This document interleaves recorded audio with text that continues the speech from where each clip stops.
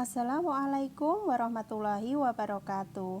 Alhamdulillah kita berjumpa dalam materi pembelajaran Ilmu Pengetahuan Sosial kelas 8 MTS Negeri 3 Pasir. Bismillah, hari ini kita melanjutkan materi pembelajaran kita. Yang sebelumnya kita telah membahas materi tentang profil negara anggota ASEAN.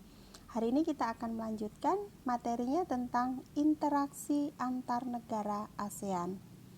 Materi hari ini kalian bisa membacanya di buku milik kalian halaman 39 sampai 46. Tujuan pembelajaran kita pada pertemuan kali ini diharapkan siswa mampu menjelaskan interaksi antar negara-negara ASEAN. Kita masuk pada materi interaksi atau kerjasama antar negara ASEAN.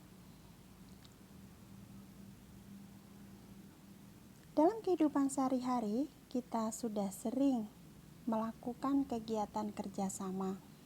Kita juga sering menggunakan kata kerjasama. Lalu apa yang dimaksud dengan kerjasama antar negara? Mari kita pelajari bersama. Kerjasama adalah menjalin hubungan antar dua negara atau lebih demi mencapai suatu kesepakatan. Ada kerjasama bilateral bila hanya dilakukan oleh dua negara, ada kerjasama multilateral yang dilakukan oleh banyak negara. Saat ini, semua negara di dunia melakukan kerjasama. Dalam proses pelaksanaan kerjasama tentu ada hal-hal yang mempengaruhi, baik itu faktor yang mendorong untuk terjadinya kerjasama atau adanya faktor yang justru menghambat untuk terjadinya kerjasama. Mari kita pelajari bersama. Faktor pendorong kerjasama ASEAN. Yang pertama adalah faktor kesamaan dan perbedaan wilayah kondisi geografis. Karena kesamaan letak geografis, beberapa negara di suatu kawasan pada umumnya mengadakan kerjasama untuk menjaga stabilitas dan keamanan negaranya. Contohnya adalah negara-negara yang terletak di wilayah kawasan Asia Tenggara membentuk kerjasama melalui organisasi ASEAN. Yang kedua adalah kesamaan dan perbedaan sumber daya alam. Kesamaan sumber daya alam antara beberapa negara dapat mendorong terbentuknya kerjasama antar negara. Sebagai contohnya adalah organisasi yang dibentuk atau kerjasama yang dibentuk oleh beberapa negara penghasil minyak bumi. Kita lanjutkan materinya untuk membahas faktor penghambat interaksi atau kerjasama ASEAN. Ada faktor apa saja yang bisa menghambat kerjasama ASEAN? Kita lihat bersama. Yang pertama adalah perbedaan kepentingan tiap-tiap negara. Kerjasama dibutuhkan bagi perkembangan dan masa depan negara di dunia. Akan tetapi, dalam kerjasama antar negara, tiap-tiap negara memiliki kepentingan yang berbeda.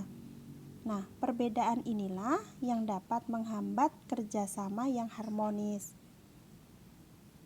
Yang kedua adalah perbedaan ideologi. Ideologi adalah dasar negara dalam menjalankan kehidupan berbangsa dan bernegara. Perbedaan ideologi dapat menghambat kerjasama yang terjalin. Namun faktanya saat ini hampir tidak ada negara ASEAN yang menutup diri dari kerjasama antar negara ASEAN, meskipun ideologi negaranya ada perbedaan. Yang ketiga adalah konflik dan peperangan. Kondisi konflik dan peperangan yang terjadi di dalam negeri maupun antara negara mengganggu stabilitas negaranya, sehingga akan menghambat kerjasama. Yang keempat adalah kebijakan protektif. Suatu negara yang menerapkan kebijakan yang bertujuan melindungi kepentingan dalam negeri dan meningkatkan daya saing. Sebagai contohnya, misalnya Indonesia tidak menerima impor hasil pertanian.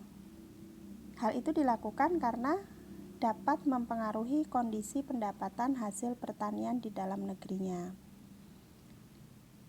Dampak kebijakan protektif dapat mempengaruhi hubungan antar negara sehingga menghambat kerjasama yang harmonis. Sekarang kita akan belajar tentang ruang lingkup ASEAN. Kita belajar sedikit tentang sejarah ASEAN. ASEAN tidak terbentuk begitu saja.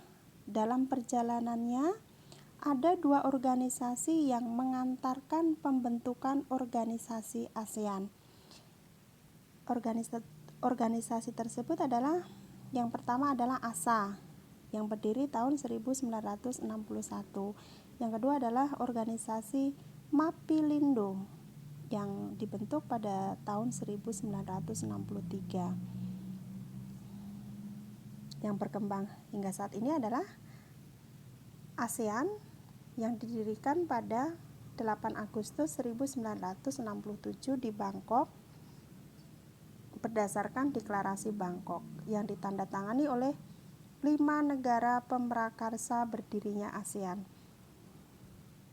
ASEAN sendiri adalah ruang lingkupnya secara geografis berada di kawasan Asia Tenggara. Anggotanya seluruh negara yang berada di kawasan Asia Tenggara kecuali Timor Leste yang sampai saat ini belum bergabung. Mari kita lihat bersama 5 menteri luar negeri wakil negara pemrakarsa berdirinya ASEAN yang menandatangani dokumen Deklarasi Bangkok.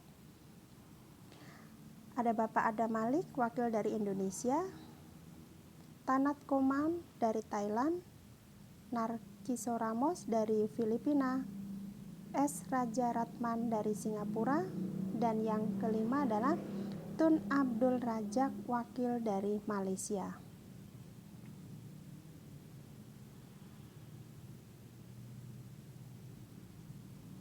Demikian pembelajaran kita hari ini. Mari kita simpulkan bersama apa yang telah kita pelajari hari ini.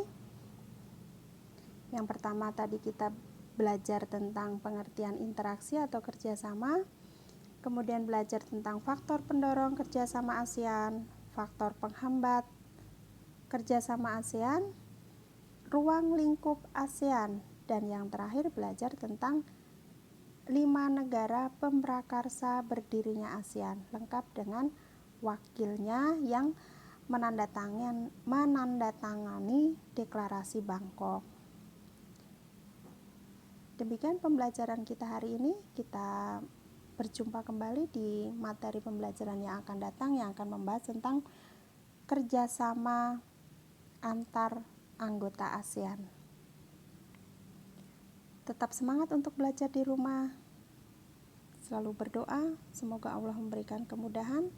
Ibu akhiri, wassalamualaikum warahmatullahi wabarakatuh.